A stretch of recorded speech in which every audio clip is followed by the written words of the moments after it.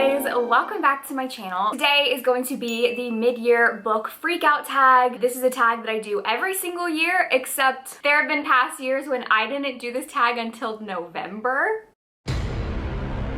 Which, like, at that point, why was I even doing it? I don't know, but I'm right on time now. Basically, this tag is just kind of a way to look back at what you read in the first half of the year and talk through what was the best books, the worst books, and everything in between. So far, I have read 60 books. I never set a numerical reading goal, but ideally, I like to read 100 plus books. But the number of books I'm reading is not something that I focus on at all. I'm more so about like the quality of the books that I'm reading rather than how many books that I'm reading. I feel like I judge a successful reading year based on how many favorite books I had in that year versus how many total books I read. For example, one of my highest reading years where I read the most books, I had such few favorite books from that year that to me that year was a fail. So even though I've only read 60 books this year so far, I've read so many incredible books, so many books that are new all-time favorites. So yeah, let's just jump into the questions. Question number 1 is the best book you've read so far, and I have 3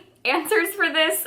Y'all, when I make my favorites list at the end of the year, it's gonna be so difficult. I'm literally reading so many books that are like not just new favorites, but new all-time favorites. So I have one favorite from each of my favorite genres. My favorite romance is Still Beating by Jennifer Hartman. You guys saw this coming.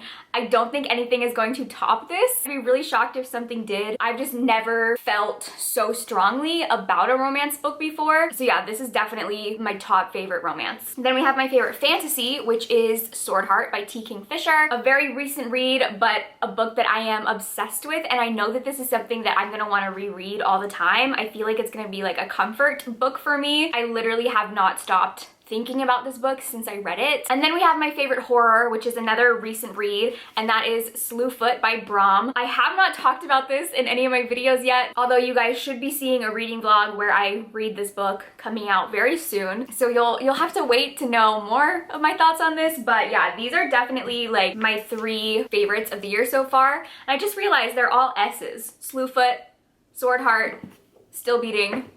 The next question is best sequel you've read, and I have 2 answers for this. I'm gonna have multiple answers for a lot of these questions, by the way. For romance sequels, I have Eyes on Me by Sarah Kate. This is the second book in her Salacious Players Club series, which is a series I am loving, and this book was so good. I love Praise book 1. I feel like I might have liked this one better. I don't know, they're like very on par. It's hard for me to decide which one I like more than the other, but this was so good, and it made me like a trope I normally do not like, which is step-sibling romances. I've never liked a step-sibling romance, and this I loved. Love that for Sarah Kate. And then the other sequel is Where the Drowned Girls Go by Seanan McGuire. Another non-surprise. I feel like every single year my answer to this question is whatever Wayward Children book came out that year, and I don't think that's ever gonna change. You know, I'm a little bit predictable, but it's fine, you know? We love a little bit of predictability. Okay, then we have new release you haven't read yet but want to. I have a ton for this. I really want to read Company of Fiends by Catherine Moon, which is the next book in her Monster Reverse Harem series. It just came out recently, however, I am waiting for the audiobook to come out for that, so I don't know when I will be reading that. I also really want to read A Lady for a Duke by Lexis Hall, which is a historical romance that I've been hearing literally nothing but amazing things about. Like, everyone is giving this 5 stars and saying how amazing it is, and I cannot wait to read that. And then I also really want to read Give Me More by Sarah Kate, which is the 3rd book in this Salacious Players Club series, which also everyone has been loving. So those are all new releases that I really want to get to. Then we have most anticipated release for the second half of the year. So we have These Fleeting Shadows by Kate Alice Marshall, which is the 3rd book in her, I don't know what this series is called. Goodreads doesn't even say that it's a series. All of these books are marked as standalones. However, it is a series, so I don't know, it's confusing to me. But yeah, the 1st book was Rules for Vanishing, and then Our Last Echoes was the 2nd one, and this is the 3rd one. So I'm very excited to read this. Then we have The Last Housewife by Ashley Winstead, which I literally do not know what the plot is, but I will now read anything that Ashley Winstead puts out. So I'm very excited for this one. Killers of a Certain Age by Diana Raybourn. When I tell you the excitement I felt when I saw that this was not only being published, but what it was about. Diana Raybourn is the author of the Veronica Speedwell series, but this is a new book that's not part of that series. It's following these women in their 50s or 60s who were like very skilled assassins, but now they're like older and they want to retire, but part of their job is like you're in it until death. It sounds so good, and I love Diana Raybourn. I'm very excited to read this. Then we have House of Hunger by Alexis Henderson, which is a gothic horror that sounds amazing. Very excited for that. And then lastly, I am excited for Daphne by Josh Malerman. It sounds really good. It kind of gives me like Carrie vibes. Josh Malerman is kind of hit or miss for me, but this just sounds up my alley, so I'm excited for that. Okay, then we have Biggest Disappointment. I have a few for this one. So the first one is Tripping Arcadia. I was just very excited for this. It is a gothic revenge book about these like very wealthy people. It sounded like it was totally gonna be up my alley, and it was just like very disappointing to me, very boring. I couldn't really get behind the revenge aspect because I didn't feel like the main character's motive was like justified for how she wanted to get revenge. It was just kind of strange to me. And yeah, this book did not work for me. Another one that was very disappointing is Yellow Jessamine by Caitlin Starling, who's an author that I've loved everything that I've read from her, and this sounded like it could have been a new favorite, but yeah, it was disappointing. I think it was too short for the story that was trying to be told. I also feel like it was not as sapphic as people made it out to be, so that was disappointing. And then Mafia Mistress by, I don't even remember the author's name. This was a romance book that I was very excited about because it was mafia and it had a trope that I really love, but it was like one of the worst romances I've read, so that was very disappointing. Then we have Biggest Surprise. I have a few for this. So the first one is The Push by Ashley Audrain. This was a surprise because this is a book I literally had never heard of before until I read it for my Reading Booktuber's Favorite Books, and it's honestly not something that I would have picked up by myself, but I ended up absolutely loving it and being obsessed with it. So this is basically like a psychological drama. It's not a thriller. I have seen some people call it a thriller. I would not say it's a thriller. It's pretty straightforward, and there's not really like a big plot twist or like a mystery. It's more just about being in the mind of this mother trying to figure out if her daughter is actually evil or if she's just not able to connect with her. And then the other one that really surprised me is Women Eating by Claire Coda. This is a book that I feel like people are hating, which I understand, but I loved it. I loved it.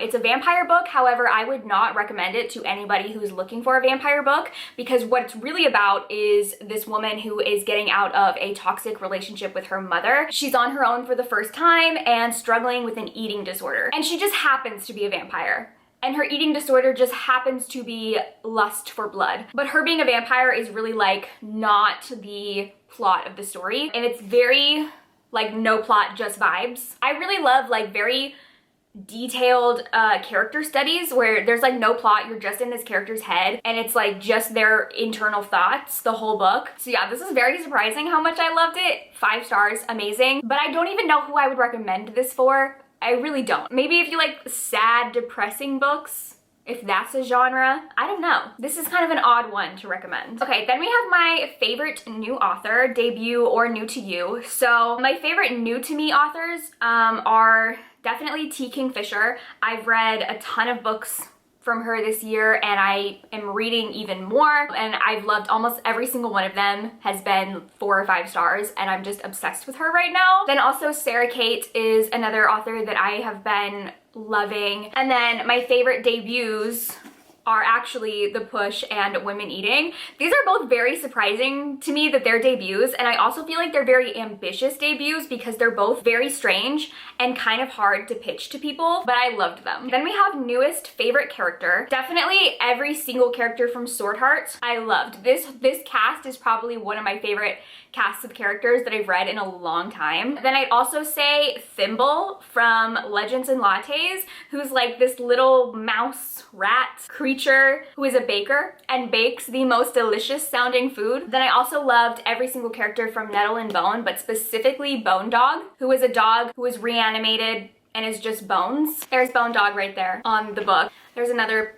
drawing of Bone Dog. I love Bone Dog. And then I think my favorite main character is Abatha from Slewfoot. The way that I would like lay down my life for her, queen status. Okay, then we have a book that made you cry, and honestly not a lot of books this year have made me cry. However, there's 2 that have made me cry, and they're both by the same author, and that is Still Beating and Lotus by Jennifer Hartman. The way that Jennifer Hartman just like pierces my heart, I can't stand it. She makes me cry. Her books make me not just cry, but like full on sob. Then we have a book that made you happy. So Legends and Lattes, 100%. The most comforting, happy book I've ever read. And then also T. Kingfisher, Sword Heart, and Nettle and Bone.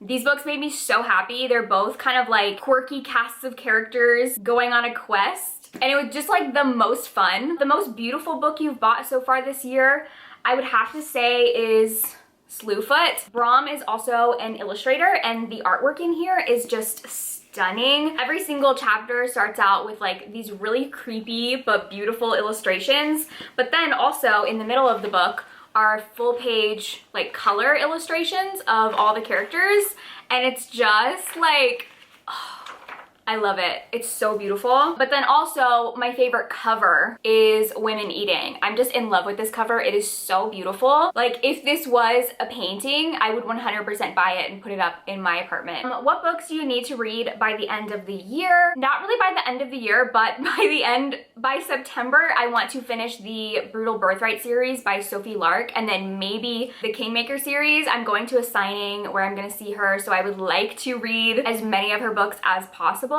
That's kind of like the top of my priority right now. And then the last question is your favorite people in the book community. I'm just gonna go through my history and tell you guys who I've been watching recently. I feel like that'll be easier. Caitlin from The Love Librarian, Robin from Paperbacks and Planners, McKay from Oh Hey It's McKay, Avery from Ava's Romance Books, and Tiffany from Tiff Talks Pages. Those are some of the booktubers who I've been watching a lot recently. So that is going to be the end of this mid-year book freakout tag. I would love it if in the comments you would tell me what is your best book and worst book that you've read so far this year. Thank you guys for watching, and I will see you in my next video. Bye!